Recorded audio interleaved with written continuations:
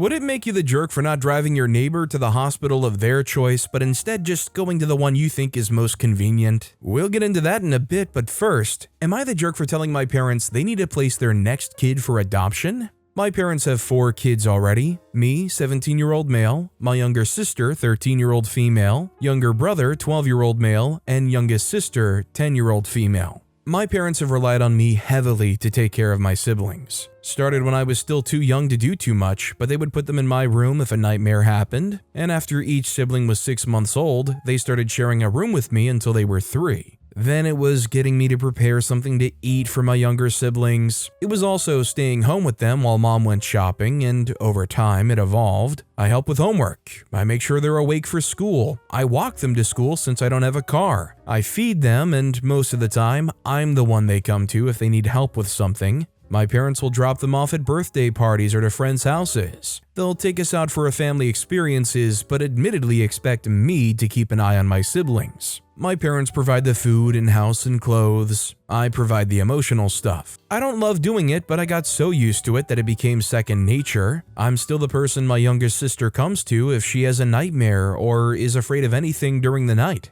My parents learned that they were pregnant again in February. They told me and my siblings last month. It was very much talked about like I'll have the baby with me in my room for the jump and should learn how to independently change diapers and stuff. I made it clear from the jump that I wasn't raising their next kid for them. I told them I had more responsibility to my 3 siblings than I should have ever had, but I wasn't going to skip my own life to raise an infant from the start. My parents were shocked. They tried to get one of my younger siblings on board, but they said no way. They didn't want to be responsible like me. My parents returned to me with the topic and asked what the freak they're meant to do, and they never expected me to reject a sibling like this. I said I reject child raising another one of their kids, not a sibling, but also I'll be out of the house in 7 months. I won't be around the new sibling as much, and the relationship might not be the same. I told them I don't want the same relationship either. I don't want to be a parent to another sibling. They made it pretty clear that they don't want to do the actual child raising, and they're living a nightmare over this. When the topic came up during the last week, I told them they need to place the baby for adoption since they won't have a good childhood, with nobody wanting to raise them. I told my parents it would be the kindest thing to do if they refused the baby themselves. My parents accused me of treating adoption flippantly, and they were sorta outraged I would rather place the baby for adoption than for me to step up and raise this one too. Am I the jerk? OP is 1,000,000% not the jerk, and OP needs to keep this energy up, and I'm sure OP will. I 100% agree with them when they say, I've already had way too much on my plate. 17 years old and you've already raised like 3 kids. Honestly, sadly, this is how somebody like OP grows up to not ever want kids of their own. Silmariel commented, parentification is child abuse. That's what you've been subjected to. Get out of the house as soon as you can. Get a job outside school hours and get out of the house as much as you can the remainder of your time there. Also, you'll want to try and get therapy and learn about normal sibling boundaries because your siblings will reach for you to provide for them once they realize how little is left at home without you there. It's not that they want to hurt you, it's just survival for them, and you'll have to be able to say no. That is no easy thing. So, as soon as you can, get therapy with the aim of learning appropriate sibling boundaries in a situation where you've been parentified for years by the actual parents. Move far, far away for a few years, not the jerk. Call child services and tell them about your situation and what can be done. If your parents won't shut up, heck, tell your parents that's your next move if they don't shut up about it, and explain to them that once Child Protective Services are aware of the situation, follow-up is guaranteed, fib a bit, after the birth of the child when you won't be there. OP responded saying, I can do it knowing that. I can still be there for my siblings over the phone and they can visit me, but I won't be forced to do it all anymore. Maybe that's how CPS actually does something this time, or maybe not. But I know I'll be giving so much of my life up if I stay. I'll never get to be young and just have fun. CPS was already called on us before and they didn't intervene, so calling them again won't help. Also, hi, I'm Steven, and if you guys enjoy getting to decide whether or not all of these people are jerks, why not hit those like and subscribe buttons down below? That said, our next story is, am I the jerk for not ordering food so I wouldn't have to split the bill? I, 27-year-old male, have been a part of a small friend group, around 8 people total, basically since college. For some background, two people from the group, Susan and Greg, are just absolute leeches. Going out for lunch? Expect them to order the most expensive on the menu and then feed you some sob story about their finances and dump half the bill on you. Last weekend, Dan, one of the people from the group, told me about a casual dinner. I told him how if Susan or Greg were there, I wouldn't be able to come. He tells me that they would be there, but I should just put my opinions aside and come just once. This is kind of where I might be the jerk. I agreed with him and told him I would be there. I show up and we all get to talking. Everyone began putting in their orders. Most of them spent about $40. There were only about 6 people there. When it gets to Susan and Greg, they both order expensive dishes, around $200. When it was my turn to order, everyone looked at me, but I just pick up the menu and point to the $4 Miller Lite and sent the waiter away. Dan asked why I hadn't ordered anything, and all I said was that I lost my appetite. The other 2 friends got up as well to cancel their orders and just have drinks. After the main courses came out, I saw Susan and Greg picking at their food. The waiter then brings over the check. Greg then grabs the waiter and asks him to split the check 6 ways. I stand up and correct him, saying the check was to be split 3 ways. Greg looks at me confused and asks why, since we always split the bill. I remind him that 3 of us had not eaten any food, so we would just be paying for our drinks. So basically, at the end of the night, Dan, who probably only ate around $50 worth of food, was stuck with a $146.98 check at the end.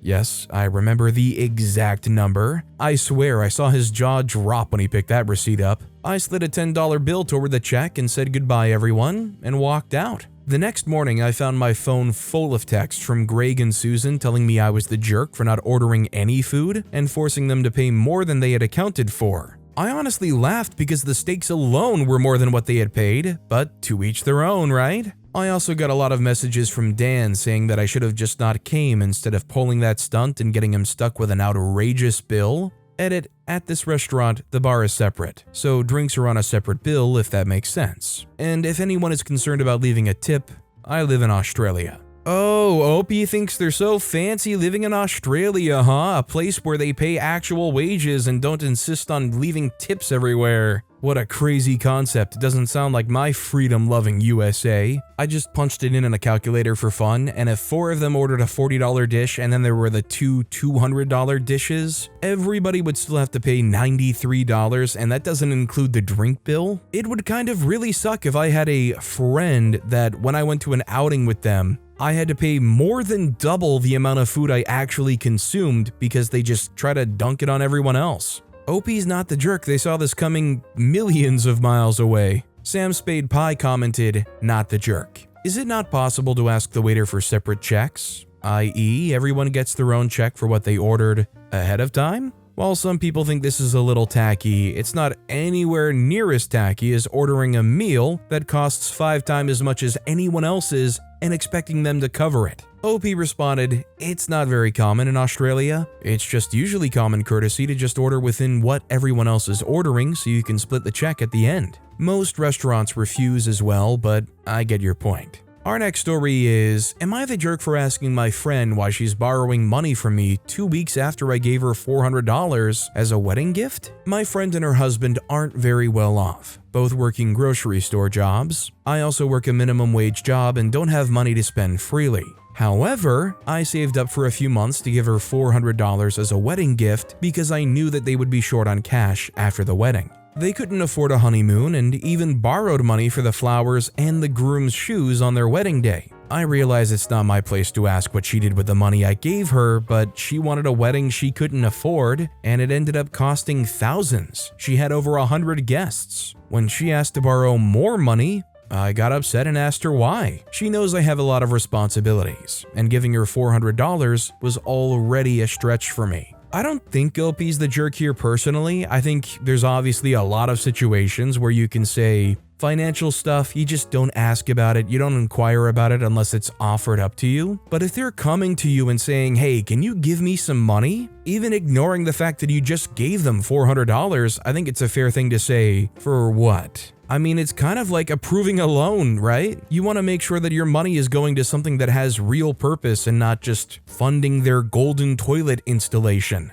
Tricky Wallaby 9269 commented, "Not the jerk, it's totally fair that you're upset. You already gave her $400, which is super generous considering your own situation. I get that she wanted a dream wedding, but she should have planned according to her budget. Asking you to borrow more money after you already stretched yourself thin isn't cool. You have every right to ask why she needs more money. It's important to talk to her about this and let her know that it's not okay to take advantage of your kindness. Good luck, and remember that setting boundaries is important in any friendship." This next story is, am I the jerk for telling my cousin I can't come to his wedding because of a no-child rule? My cousin is getting married at the end of August in California at a vineyard. No one in the family is in California, so to go, I need to get a hotel. Me, my mom, and brother found an Airbnb that was relatively close. Also, I should mention my husband is posted abroad and won't be coming. I was going to fly to the US for this. The invite only came out 3 weeks ago and we had to scramble to find a place. The issue now is that I have a 4-month-old baby who only breastfeeds and won't take a bottle. She had to drink from an open cup one time because I needed to take a driving exam, and that is the longest she's ever been away from me. They just let us know that no children under 12 are allowed. So I told them that logistically,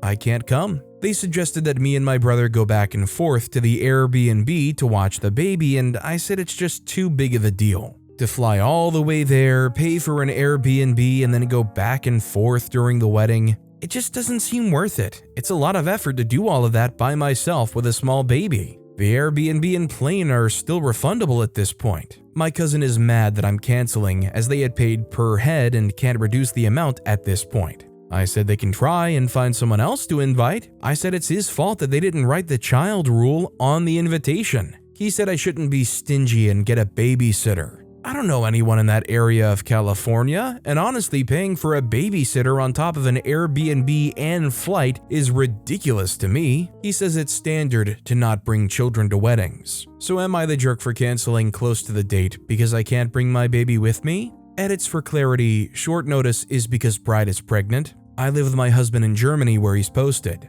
Baby already has passport because she's only a US citizen. Because of the shotgun nature of the wedding, the invite consisted of a graphic image without particular guest names emailed to the guests. The RSVP system also let me choose up to 3 people, so I thought that was me, my baby, and my husband. Update, apparently about 30 people have canceled because of this, and that's why they're complaining so much about the costs. OP's not the jerk here. I think in a lot of situations, if they say no children under 12 are allowed, there should be some exclusions for babies that are literally so young that they can't really be away from their mom. Saying that somebody's 4-month-old baby that essentially needs to be with mom can't go is obviously too much of a deal breaker, and that alone, especially considering the last-second nature of it all, is more than enough reason to say OP is not the jerk and totally fine.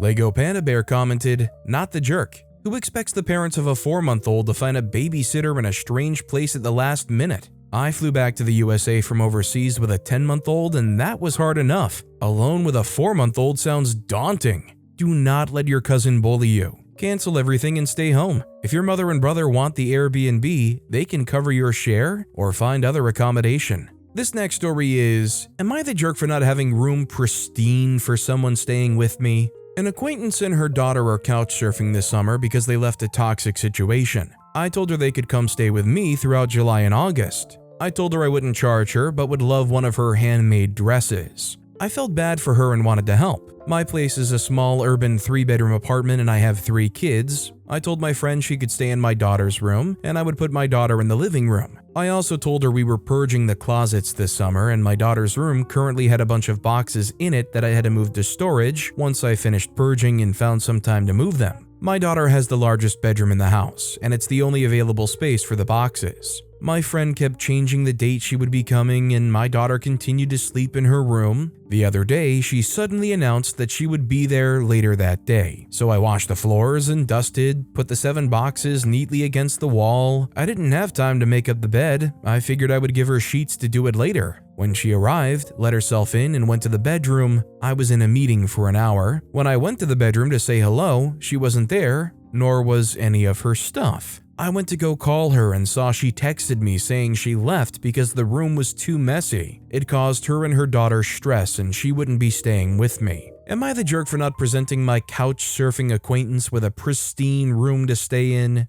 I personally would say OP's not the jerk.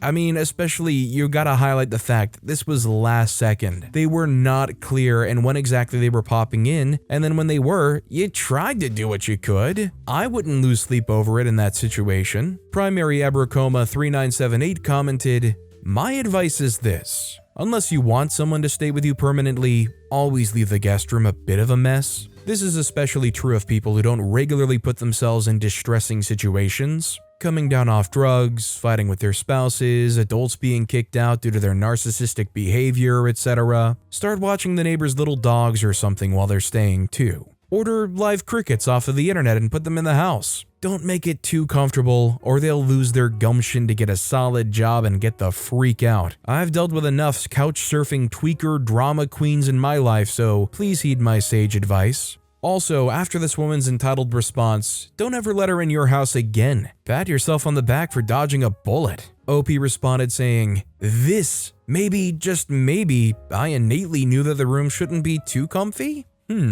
Our next story is, am I the jerk for declining my stepdad's call when they couldn't find me at my stepbrother's wedding? I, 27-year-old female, was at my stepbrother's, 29-year-old male, wedding a couple of days ago. For some context, my mom, 59-year-old female, and his dad, 57-year-old male, have been together for 10 plus years at this point. My stepbrother even included my mom in the family photos at the wedding and thanked her for looking after his dad in his speech. I could not be happier for her, as this meant a lot to her. However, I was not included in family photos. This hurt me a little, but it was his and his now wife's day, so I'm not going to complain, and I certainly wouldn't bring it up to them or anyone else other than my partner. Especially not to my mom, who was so shocked and happy that she was included. Anyway, this leads on to the matter at hand. My stepdad was talking to the bride's mother later in the night whilst I was sat near them, half listening and bopping along to the music. The bride's mom says to him that it's lovely to have my stepbrother in the family and that now she has 4 children instead of 2. Both her daughters are now married.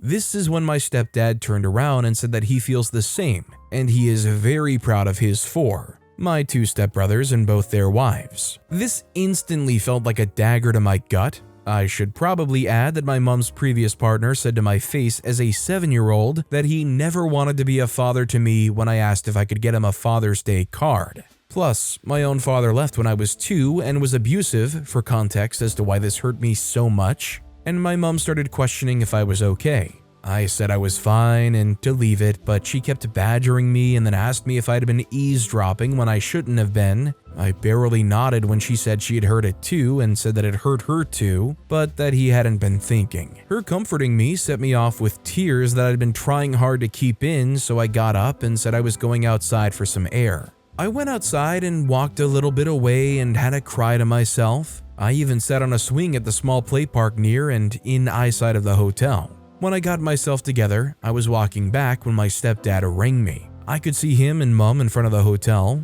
He then rang me and I waved and declined the call, but they didn't see me. My mom questioned me when I did walk back inside the hotel, asking if I declined the call, to which I replied yes. She then told me that that was a stupid thing to do. I tried to explain that I could see them and waved at them, but she said they couldn't see me. The next morning, my stepdad did apologize and say he messed up, but I'm still a little upset. I've not said anything to my mom about how I'm feeling because I know she'll just tell me to move on and let it go. Am I the jerk? Should I have just answered the phone? Was I being petty? Should I just let it go? I don't think OP's petty here. I mean, let alone the fact that you're at a wedding, and I feel like it's normal enough at a wedding to have your phone off. Or just being in a situation where you are too caught up and don't answer your phone, let alone the fact of all the emotional stuff going on. Goodad6336 commented, not the jerk. Your mom might be trying to do damage control, but saying that ignoring a call is stupid is ridiculous. You didn't want to talk to them over the phone, plain and simple. You did nothing that was disrespectful or inappropriate.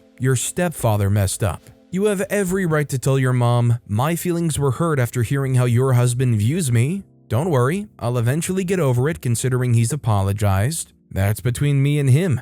I don't appreciate your comment about my behavior being stupid, however. I know for a fact that how I behaved was not inappropriate or disrespectful. I required space. Frankly, I'm disappointed that your method of providing comfort and support was to immediately excuse your husband's comments as him not thinking. It's funny that that was your immediate response in that situation, but when I did something completely reasonable, you made it known you thought it was stupid. You might not put much thought into your actions, but I have. It wasn't just your husband that messed up that night. Our next story is, am I the jerk for refusing to help with my 21-year-old female sister's 23-year-old female baby in the middle of the night? I, 21-year-old female, am a college student and live with my family still. Last year, my family moved into a slightly smaller house, and because my sister and I were gone all the time anyway, me with college and her with work and staying at her boyfriend's house, we agreed that we would share the biggest bedroom. And it wasn't going to be a long-term thing, especially since we were both getting to the age where it's time to fly the coop.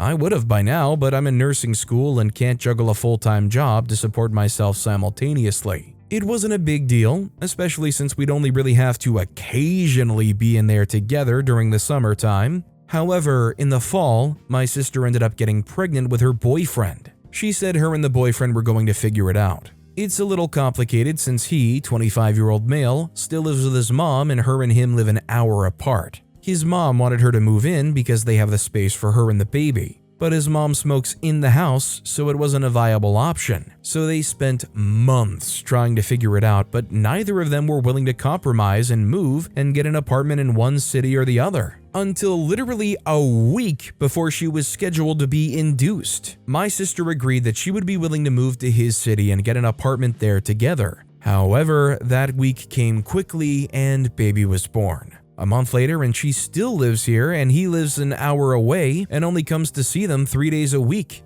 During that time, I am expected to get out of my own bedroom and crash on the couch, which is ridiculous to me, but... And when he's not here, my sister gets so unbelievably angry at me for not getting up at 1 a.m. to feed and change her child. She claims that it's selfish of me not to, since she hardly gets sleep as it is and it helps her out a lot. I've done it a handful of times, but it exhausts me. And I remembered that I'm young and childless. I'll help during the day, but I'm not losing sleep when I wasn't the one to decide to have a child while ill-prepared. She's angry at me for it, which I can kind of understand because we are her support system, but I shouldn't have to change more of my life, getting kicked out of my bedroom, losing sleep, than the baby's father does. And it seems like my generosity is being taken advantage of because neither of them seem to be in a rush to get out. Am I the jerk? OP's not the jerk. They're not responsible for any of this, and yeah, they never asked for this baby or any responsibility. I would honestly, like the earlier commenter suggested, trying to find ways to make the house more unlivable. You know, get some of them crickets or whatever. Not a synth commented, not the jerk. And the fact that no one else in your family is standing up for you is disheartening. Are there any friends you have that you might be able to crash with for a month that you can frame to your sister as you kindly giving her space while she organizes and packs to move out?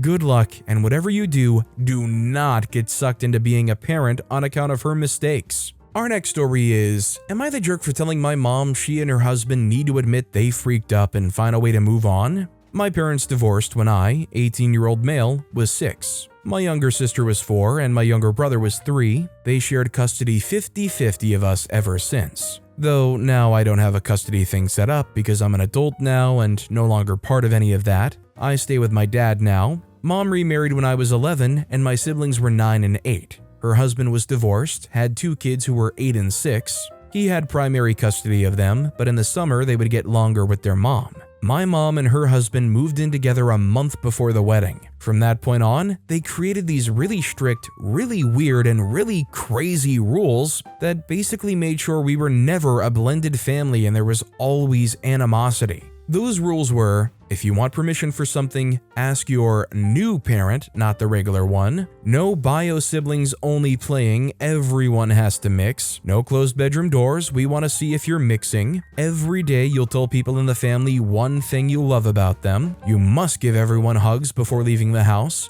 No step/half nonsense in this house. There were others, those were the most damaging ones. My mom told me she wanted us to be a happy blended family and she didn't want favoritism of parents or siblings. She told me I didn't just have a brother and sister anymore, I had 2 of each. I also had a second dad. They enforced this too, or tried to. The hugs never took off, and I never ever told her husband or his kids stuff I loved about them. I never loved them to begin with. The rules led to fighting, to us pretty much causing chaos if they took us places. We were all grounded pretty much all the time at their house. We also started doing stuff to make sure family vacations couldn't happen together. Her husband's kids would make plans with their mom to go to her weeks he and mom had a vacation booked for. My siblings and I would ask dad to book his vacation first and put it in their app. My mom and her husband would get so frustrated and they would try to give us these talks. Mom would come to me and say that I was the oldest and needed to set an example, and now that I no longer go to mom's house, my siblings don't want to either and make a bigger deal out of it.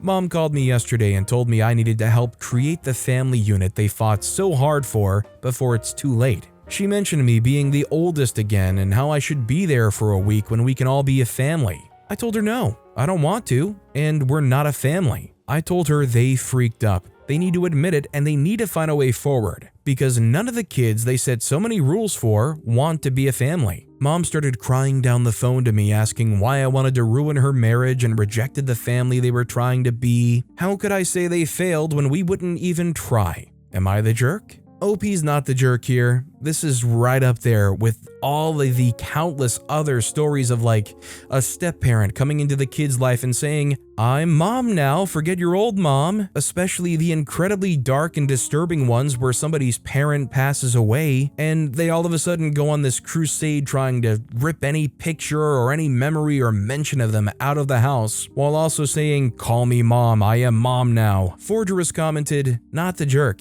Family can't be forced on you by rules. Those are just crazy. I would get out and never come back after getting 18. OP responded, "Right? They are so crazy that I actually had to take a photo for my dad back then to prove to him they existed. He was speechless." Our next story is, am I the jerk for not driving my neighbor to her hospital of choice, instead taking her to the one which was more convenient for me? I live halfway between Hospital A and Hospital B. Hospital A is maybe 3 minutes less of a drive and is a large hospital, whereas Hospital B is smaller, however still good. My neighbor is pregnant, and yesterday she knocked on my door saying she had complications and needed to go to the hospital but was unable to drive herself. I said of course. I was almost ready to leave for work and Hospital B is on the way, a 4-minute detour. She told me that she needed to go to Hospital A. And I said sorry, but I'm already cutting it close to being late, and that Hospital A would be a 30-minute detour. Otherwise, I could call her an ambulance and get our other neighbor,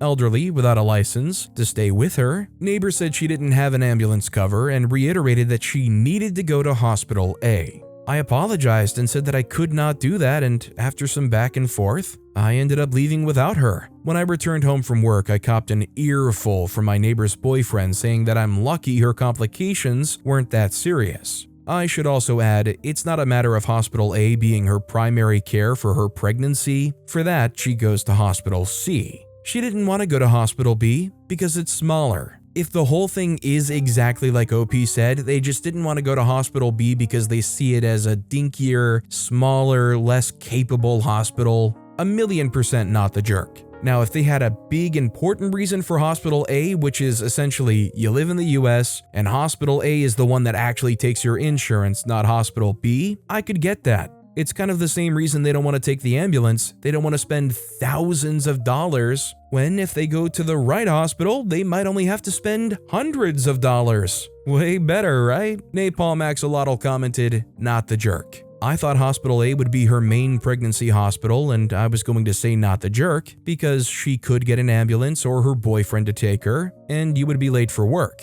But it's not. She just likes it better than B. So there's not even any question, not the jerk. Edit to address common comments. Sometimes a larger hospital has additional capabilities. OP says in another comment, Hospital B had the needed capability for the specific issue. Location is unknown but outside the US. Many people suggest a taxi or Uber, but some places don't have those.